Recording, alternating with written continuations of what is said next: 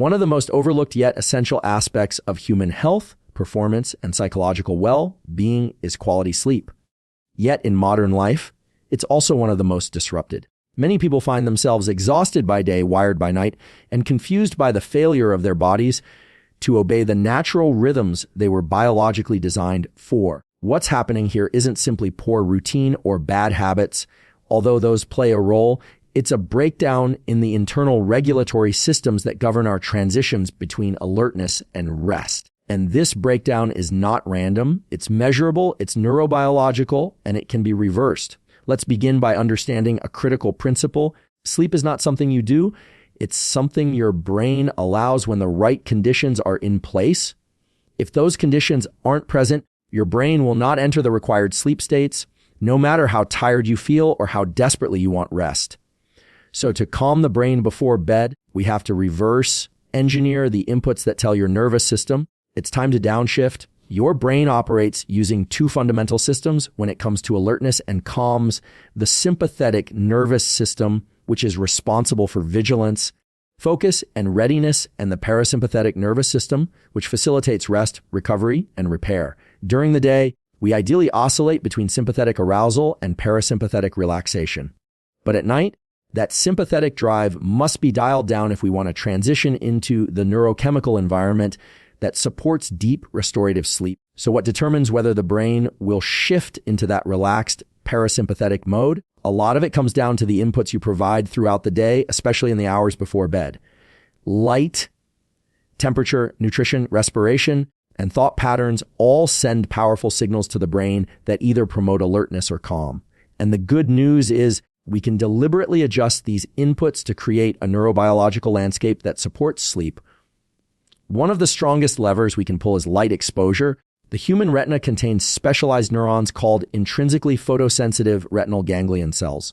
These cells don't form images, they detect brightness. And when they sense bright light, particularly blue spectrum light in the 460 to 480 nanometer range, they signal the brain's suprachiasmatic nucleus, which is your master circadian clock. This clock then sets off a cascade of hormonal and neurochemical processes that influence everything from alertness and digestion to metabolism and mood. During the day, especially in the first hour after waking, exposure to bright natural light is essential. It sets your circadian rhythm and starts the countdown to melatonin production that will happen roughly 12 to 16 hours later.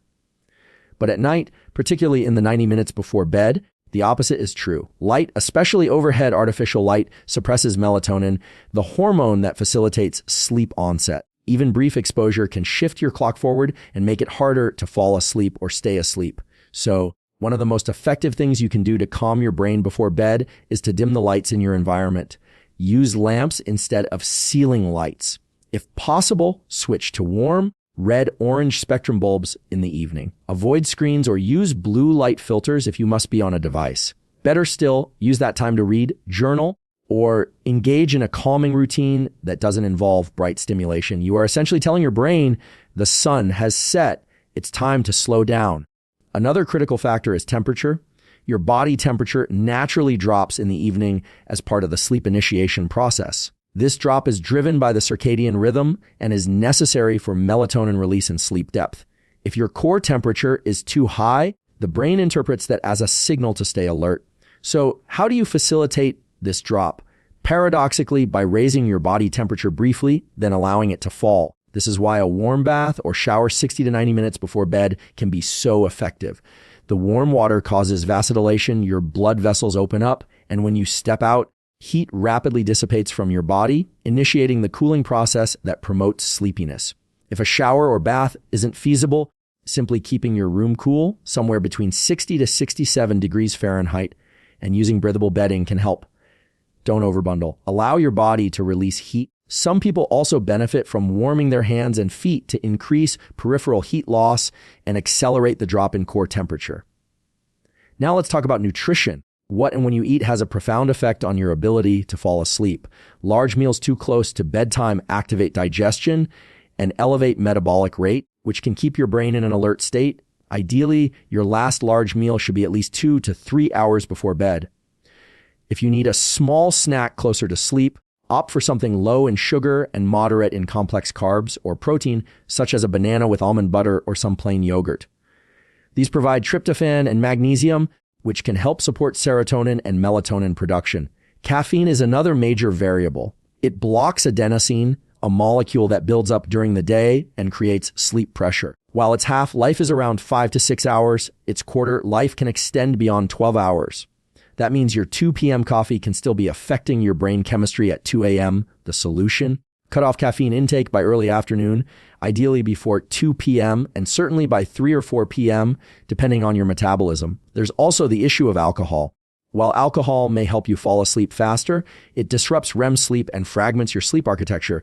It inhibits deep sleep and causes early awakenings. If your goal is to actually rest your brain rather than sedate it, alcohol should be avoided within several hours of bedtime. Now, onto perhaps the most overlooked input, respiration. Your breathing patterns directly influence your autonomic nervous system. Shallow, rapid chest breathing activates the sympathetic system. Slow, deep, diaphragmatic breathing activates the parasympathetic system. This gives us a powerful tool for calming the brain, and it works almost immediately. One method that's been shown to downregulate arousal is the physiological sigh. This consists of 2 short inhales through the nose, followed by a long exhale through the mouth. The first inhale fills the lungs, the second tops them off and helps recruit alveoli, and the long exhale activates the vagus nerve and signals relaxation. Doing just 1 to 3 cycles of this can shift your autonomic state significantly. Practicing this in bed or just before lying down can help transition your nervous system into a sleep-ready mode. Another effective method is box breathing. Inhale for 4 counts, hold for 4, exhale for 4, hold for 4. Repeat. This method creates balance in the autonomic system and is used by high performers in stressful environments to maintain composure and clarity. At night, it helps reduce racing thoughts and physical tension. Speaking of racing thoughts, mental rumination is one of the most common barriers to sleep. When your mind is scanning through worries, tasks, or unresolved emotions, it sends continuous signals to stay alert. One way to address this is through a process called cognitive offloading. Simply put, write things down. Keep a notepad by your bed. List what you're worried about, what you need to do tomorrow, or anything lingering in your mind. Externalizing your thoughts sends a signal to your brain that you've acknowledged the concern and have taken a step toward resolution. This reduces the need for your mind to hold it in working memory overnight. Some people also find guided non-sleep deep rest, NSDR protocols to be beneficial. These are not sleep per se, but they mimic certain aspects of the sleep process, slowing the brainwaves, lowering cortisol, increasing dopamine sensitivity, and helping train the mind and body to downshift more effectively. These can be found in the form of guided yoga nidra, progressive relaxation, or specific NSDR audio tracks. Just 10 to 20 minutes of such practice before bed can help prepare the brain for deeper sleep onset. And then there's the role of consistency. Your brain craves predictability. It thrives on rhythms. If your sleep and wake times vary widely, your circadian system struggles to synchronize the release of sleep, promoting an alertness, promoting chemicals. Irregular sleep schedules, even on weekends, can lead to what's known as social jet lag, which creates internal chaos similar to changing time zones. The solution is to anchor your wake time. Get up at the same time every day, even if your bedtime varies. Morning sunlight exposure will help recalibrate the rest. There is no silver bullet for calming the brain, but there is a reliable toolkit. Use it consistently. Create an environment and a routine that gives your brain the signals it needs to do its job properly. You cannot expect your nervous system to obey your commands unless you've created the conditions under which it can comply. Let me know when you'd like the conclusion. The ability to calm your brain before bed is not some mystical talent. It's a skill rooted in biology and built through consistency. You don't have to rely on guesswork or wait for exhaustion to finally overtake you. You can actively shape your neurophysiology to support deep, restorative sleep. Control the light in your environment. Regulate your body temperature. Be mindful of what and when you eat. Use your breath as a lever to shift your internal state. Anchor your routine with intention, not randomness. Every action you take, especially in the final hours of the day, communicates something to your nervous system. And the more consistently those signals say, it's safe now, you can rest, the more readily your brain will obey. That's how you fall asleep with clarity instead of chaos. That's how you recover. That's how you prepare for everything that tomorrow demands.